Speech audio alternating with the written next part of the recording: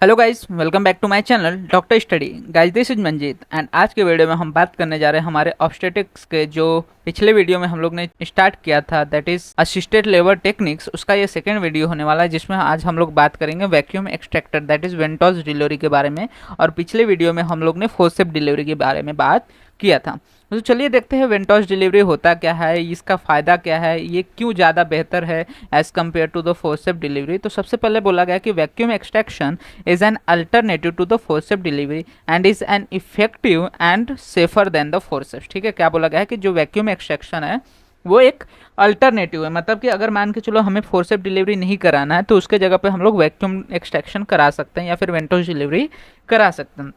बोला गया in many countries the ventouse delivery has replaced the forcep delivery because of lesser maternal and neonatal morbidity. ठीक है, अब क्या बोला गया है कि in case of the ventouse delivery जो maternal morbidity and neonatal morbidity होता है उसके चांसेस कम होते हैं, जिसकी वजह से मोस्ट ऑफ जो कंट्रीज हैं वहाँ पे जो फोर्सेप डिलीवरी है उसके जगह पे किसका यूज़ किया जा रहा है, वेंटोस डिलीवरी का यूज़ किया जा रहा है। नेक्स्ट चीज बोला गया कि मैटरनल मॉर्बिडिटी कॉज्ड किस वजह से होती है। बेसिकली हमारा यहाँ पे फोर्सेप डिलीवरी में क्या होता है कि वहाँ पे वेजाइनल टीयर होने के चांसेस रहते हैं, एक्सटेंशन हो जाता है, एपिसियोटोमी जो लिया रहता है वो एक्सटेंड हो जाता है। तो क्या बोला गया कि maternal morbidity caused by the vaginal tear and the extension of the episiotomy as in forcep delivery can be minimised and the traumatic bleeding and the sepsis are avoided using the ventouse. Ventouse का use करके क्या कर सकते हैं हम लोग, basically जो morbidity है मैटरनल उसको कम कर सकते हैं, साथ ही साथ जो ट्रॉमेटिक ब्लीडिंग है, जो सेप्सिस है, उसको भी अवॉइड किया जा सकता है।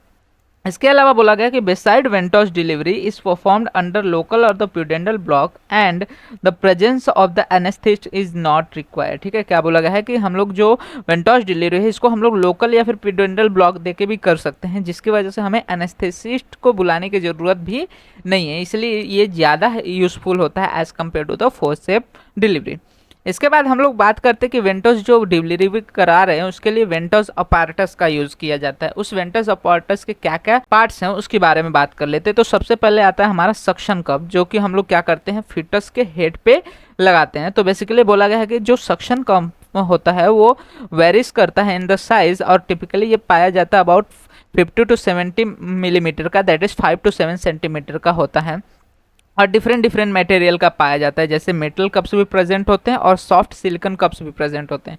अब जो मेटल कप्स प्रेजेंट होते हैं ये क्या करते हैं, स्ट्रॉन्गर ट्रैक्शन प्रोवाइड करते हैं, लेकिन इनके वजह से स्कार्फ पे ब्रूजिंग देखने को मिल सकती है। वहीं पे जो सिलिकॉन कप्स या फिर सॉफ्ट सिलिकॉन कप्स होते हैं यह मोर मेलिएबल होते हैं, ईजियर टू इंसर्ट होते हैं and generally creates less stoma such as the Medela silk cup. ये क्या होते हैं, ज़्यादा हेल्पफुल होते हैं, लेकिन बस वही बात है कि यहाँ पे जो सिलिकॉन कप्स होते हैं ज़्यादा कॉस्टली होने की वजह से इनका यूज़ कम हो जाता है। उसके बाद दूसरी चीज़ इसमें क्या प्रेजेंट होता है, ट्रैक्शन चैन या फिर ट्यूब प्रेजेंट होता है। तो ये बेसिकली क्या करता है, कनेक्ट करता है कप को टू द हैंडल। ठीक है, तो यहाँ पे इमेज में देख सकते हो ये हमारा सक्शन कप है। उसके बाद ये हमारा जो है ट्रैक्शन चैन है जिसकी बात हम लोग बात कर रहे हैं, वो क्या करता है, इसको हैंडल से कनेक्ट करने का काम करता है। उसके बाद आता है हमारा वैक्यूम पंप। वैक्यूम पंप इधर मैनुअल हो सकता है, हैंड हेल्ड हो सकता है या फिर इलेक्ट्रिक हो सकता है, जो कि डिज़ाइन होता है to build up the suction to रफली about 700 to 800 millimetre of HG. ये याद रखना है कि वैक्यूम पंप जो हम लोग यूज़ करते हैं उसमें हम लोग कितना सक्शन क्रिएट कर सकते हैं, तो 700 to 800 मिलीमीटर ऑफ एचजी का जो प्रेशर है वहाँ पे क्रिएट कर सकते हैं। एंड लास्ट में आता है हमारे पास वैक्यूम गॉज। वैक्यूम गॉज क्या करता है, बेसिकली मदद करता है टू ऑपरेट या फिर to monitor the suction pressure, कि सक्शन प्रेशर कितना बिल्ड हुआ है उसको मॉनिटर करने के लिए यहाँ पे हमारे पास क्या होता है, सक्शन या फिर वैक्यूम गॉज होता है। ठीक है, तो ये चार मेन पार्ट आपको याद रखना है, सक्शन कप, फिर उसके बाद ट्रैक्शन चेन रहता है, उसके बाद हैंडल रहता है, यहाँ पे हमारा वैक्यूम पंप हो जाता है, और इसके साथ साथ हमारा गॉज हो जाता है। ठीक है, इसका फंक्शन की बात कर लेते हैं, जो वैक्यूम हम लोग यूज़ कर रहे हैं इसके फंक्शन की बात कर लेते हैं। तो it is an extractor and extract the fetal lead. इसका यूज़ किस लिए किया जाता है, जो ऑब्स्टेटिक फोर्सेप्स है उसके जगह पे किया जाता है, और ये क्या करता है फीटल हेड को एक्सट्रैक्ट करने में ड्यूरिंग द डिलीवरी मदद करता है, वाजाइनल डिलीवरी के समय। साथ ही साथ बोला गया it rotates the head anteriorly during the extraction so it can be applied to an unrotated head at a higher station unlike the obstetric forcep. तो पिछले वीडियो अगर आपने नहीं देखा है तो एक बार फोर्सेप डिलीवरी वाला वीडियो देख लीजिएगा, जिससे आपको सारी चीज़ें क्लियर होने लगेंगी। तो नॉर्मली होता क्या है कि जब हम लोग फोर्सेप्स डिलीवरी करते हैं तो ऐसे में हमें क्या करना रहता है कि हेड को एंटेरियरली रखना रहता है। लेकिन अगर हम मान के चलो हेड एंटेरियर नहीं है, फिर भी ऐसे भी कंडीशन में हम लोग क्या कर सकते हैं, जो एक्सट्रैक्टर है उसका यूज़ कर सकते हैं। मतलब कि हमें यहाँ पे जो हेड है उसको रोटेट करने की ज़रूरत नहीं है। अनरोटेटेड हेड में भी और हायर स्टेशन में भी हम लोग क्या कर सकते हैं, यहाँ पे एक्सट्रैक्टर का यूज़ कर सकते हैं। साथ ही साथ बोला गया it can be applied when the cervix is 7 to 8 centimetre and not fully dilated. ठीक है, क्या बोला गया कि अगर हमारा सर्विक्स फुली डायलेटेड नहीं है तब भी इसका यूज़ किया जा सकता है।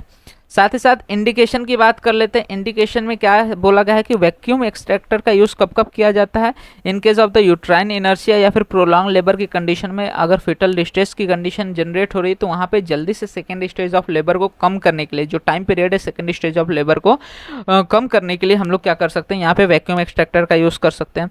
Cardiac disease, pregnancy induced hypertension में हम लोग इसका यूज़ कर सकते हैं with the purpose of reducing the bearing down effort during the second stage. Second stage में जो बियरिंग डाउन एफर्ट आता है उसको रिड्यूस करने के लिए, या फिर जो हमारा प्रोलॉन्ग लेबर है उसके टाइम पीरियड को कम करने के लिए हम लोग क्या कर सकते हैं, यहाँ पे एक्सट्रैक्टर का यूज़ कर सकते हैं। वहीं पे फिटल डिस्ट्रेस की कंडीशन अगर सेकेंड स्टेज में, तो ऐसे में भी हम लोग क्या कर सकते हैं, इसका यूज़ कर सकते हैं। साथ ही साथ second twin if head remains high और सेकेंड स्टेज इज डिलेड। ठीक है, अगर मतलब ट्विन कंडीशन है और जो सेकेंड ट्विन है वो अंदर है, उसका हेड अभी ऊपर ही है, तो ऐसे कंडीशन में भी हम लोग इसका यूज़ कर सकते हैं।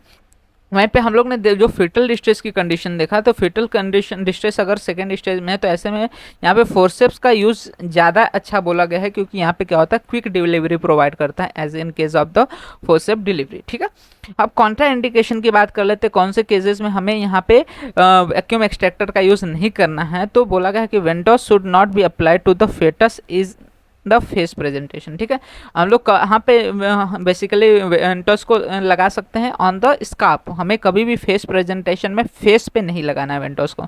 The suction can damage the I and the face. ठीक है, अगर फेस प्रेजेंटेशन में लगा रहे हैं तो ऐसे में क्या होगा, वो जो फिटस है उसके आइज़ को और उसके फेस को डैमेज कर सकती है। ब्रिज प्रेजेंटेशन में हम लोग सक्शन का नहीं यूज़ कर सकते। साथ ही साथ प्री टर्म फिटस है उसमें भी नहीं करना है, क्योंकि ये क्या करेगा, इंट्राक्रेनियल हिमरेज कॉज कर सकता है डेलिकेट हेड को। तो ऐसे में हम लोग क्या कर सकते हैं, फोर्सेप का यूज़ कर सकते हैं। वहीं पे एक्यूट फिटल डिस्ट्रेस है तो वैक्यूम क्या करता है और टाइम लेता है टू फॉर्म अ चिग्नोन। चिग्नोन क्या होता है बेसिकली कि आर्टिफिशियल कैपेट फॉर्म करता है जब हम लोग सक्शन बनाते हैं, वहाँ पे सक्शन कप लगाने के बाद, तो उसके वजह से क्या होता है कि ज़्यादा टाइम यहाँ पे लग जाता है।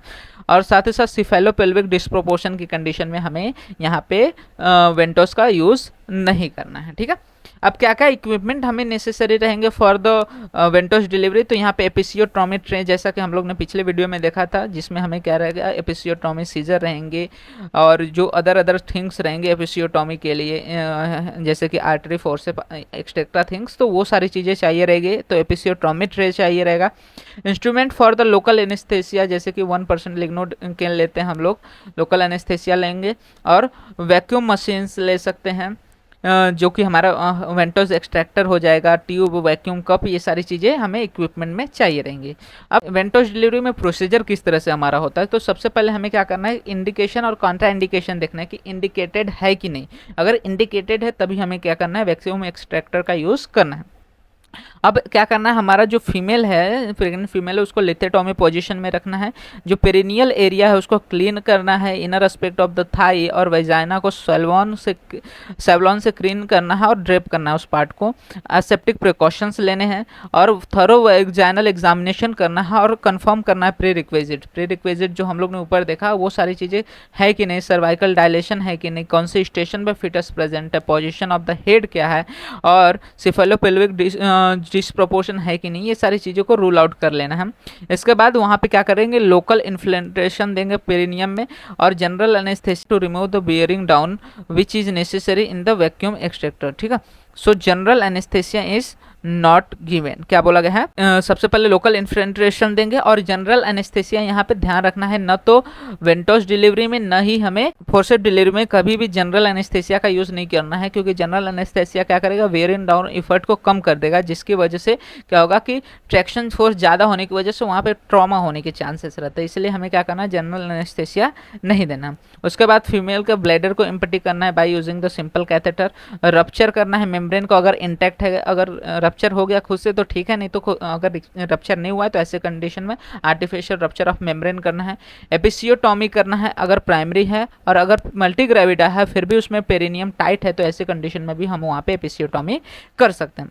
इसके बाद क्या करना है, push the perineum backward with the left finger and insert the largest cup transversely and guide the cup on the fetal head near the occiput with the right hand. क्या करना है, सबसे पहले कि पेरिनियम को लेफ्ट हैंड के finger से थोड़ा पीछे की तरफ ढकेलना है, जिससे क्या हो सके, स्पेस बन सके, ताकि हम लोग कप को क्या कर सके, अंदर इंसर्ट कर सके और फिटल हेड पे ले जाके ऑसिपिट के पास पे राइट हैंड के थ्रू ले जाते हैं।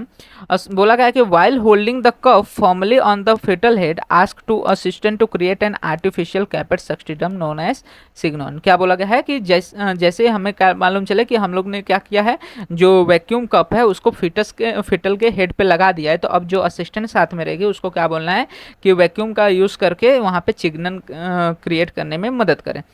अब बोला गया है कि with in the cup by creating the vacuum pressure in the bottle with the air pump assistant create the vacuum pressure of about 0.1 kg centimeter square atmosphere pressure every 1 minute until 0.8 kg centimeter square is reached slowly over 8 to 10 minutes। ठीक है, 0.1 kg से क्या करना है, वहाँ पे start करना है और कब तक करना है, 8 से 10 मिनट तक, जब तक कि 0.8 kg सेंटीमीटर स्क्वायर का वहाँ पे वैक्यूम क्रिएट नहीं हो जाता, जो कि अप्रॉक्सीमेटली होता है about 688 millimetre of the Hg। ठीक है, अब एक बार प्रेशर बिल्ट हो गया तो चेक करना है कि vaginal and the cervical tissue सक नहीं हो रहे हैं ना कप में, क्योंकि उसके वजह से अगर हम लोग ने क्या किया, वहाँ पे ट्रैक्शन किया तो वहाँ पे वजाइनल टीयर हो सकता है, सर्वाइकल टीयर हो सकता है, तो उसको प्रिवेंट करने के लिए चेक करना है। और अगर वहाँ पे टिश्यू है तो उनको क्या करना है, सेपरेट करना है। ठीक है, once the required suction is created apply the traction through the traction bar gently and intermediately coinciding with the uterine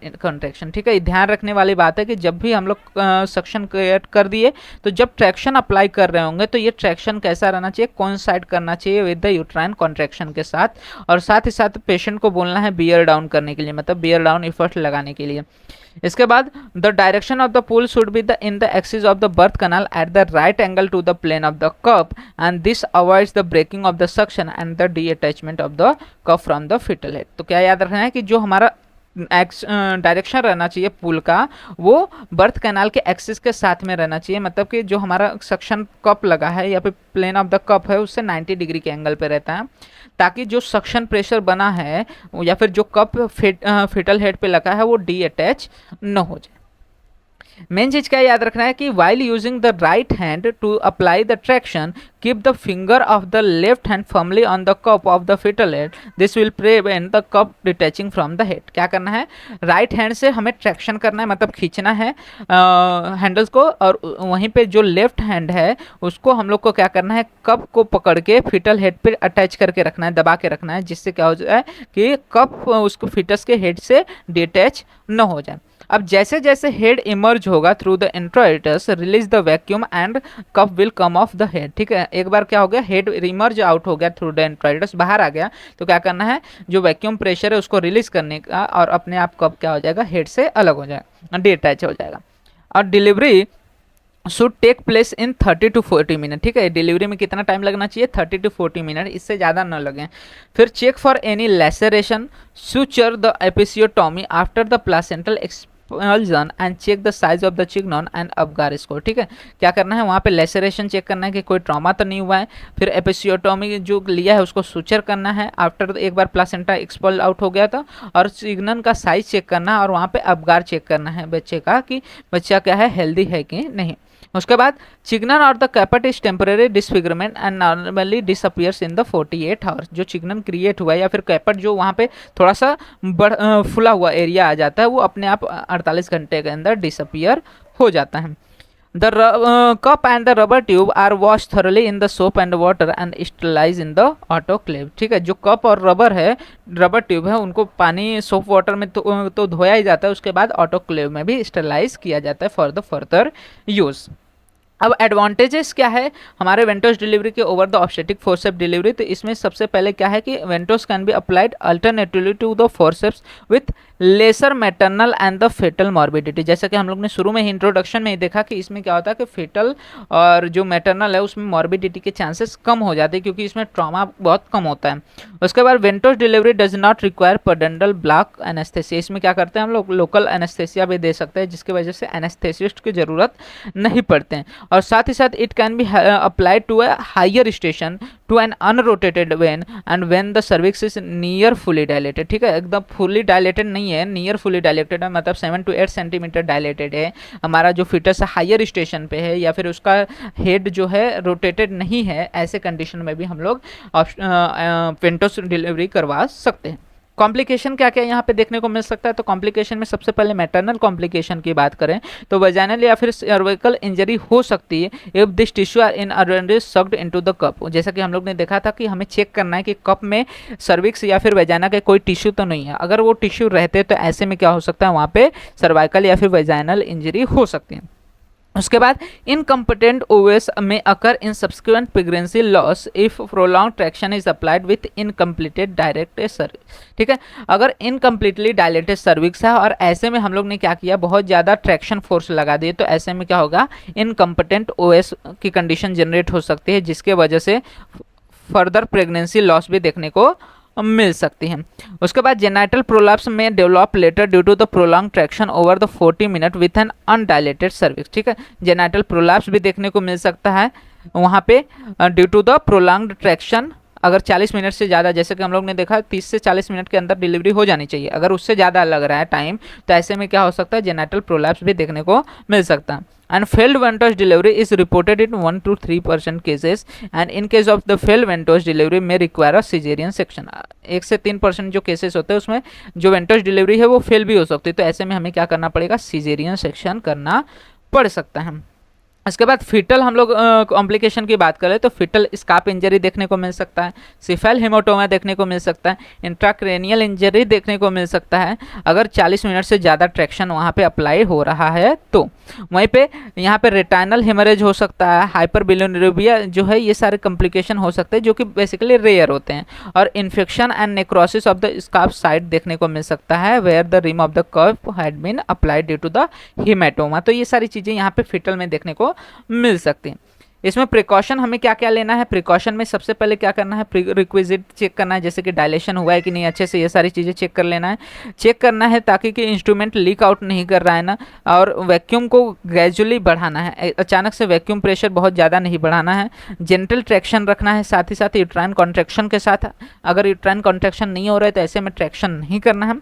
और ट्रैक्शन ज़्यादा समय तक, मतलब 30 से 40 मिनट से ज़्यादा समय तक ट्रैक्शन नहीं लगाना है। तो हम लोग क्या करते हैं, जो हमारा एक हैंड होता है उससे हम लोग काउंटर ट्रैक्शन लगाते हैं जिससे क्या हो, हमारा कप डिटैच ना हो फिटल हेड से, और दूसरे हैंड से हम लोग ट्रैक्शन करते रहते हैं। इस तरह से हमारा क्या होता है, वेंटोस डिलीवरी का पूरा प्रोसीजर देखने को मिलता है। तो ये था हमारा असिस्टेड डिलीवरी, जो डिलीवरी टेक्निक्स है या असिस्टेंट लेबर टेक्निक्स है, उसमें हमारा सेकंड वीडियो था जिसमें हम लोग ने आज बात की वेंटोस डिलीवरी के बारे में। तो होप आपको वेंटोस डिलीवरी क्लियर हो गई होगी, क्यों ज़्यादा इंपॉर्टेंट है या फिर क्यों ज़्यादा बेनिफिशियल है as compare to the forcep delivery, ये भी आपको क्लियर हो गया होगा। और प्रोसीजर सिंपल है तो वो आप एक बार देख सकते हैं। तो होप आपको सारी चीज़ें रिलेटेड टू वेंटोस डिलीवरी क्लियर हो गई होंगी। इसके रिलेटेड कोई भी डाउट रहता है आप कमेंट सेक्शन में मेंशन कर सकते हैं, मैं ट्राई करूँगा फर्दर वीडियोज़ में उसको और अच्छे से समझा सकूँ। साथ ही साथ वीडियो अच्छा लगा तो वीडियो को लाइक एंड शेयर करना मत भूलेगा। इसी तरह के और भी फर्दर वीडियोस इस चैनल पे अपलोड होते रहेंगे, तो चैनल को सब्सक्राइब जरूर कर लीजिएगा जिससे आने वाले वीडियोस के नोटिफिकेशन आपको मिलते रहें। और आप हमारे इंस्टाग्राम एंड टेलीग्राम हैंडल्स को भी फॉलो कर सकते हैं जहाँ पे आपको वीडियो से रिलेटेड, नोट्स से रिलेटेड जो भी अपडेट्स रहते हैं प्रोवाइड हो जाते हैं, जिसका लिंक आपको वीडियो के डिस्क्रिप्शन में अवेल हो जाएगा।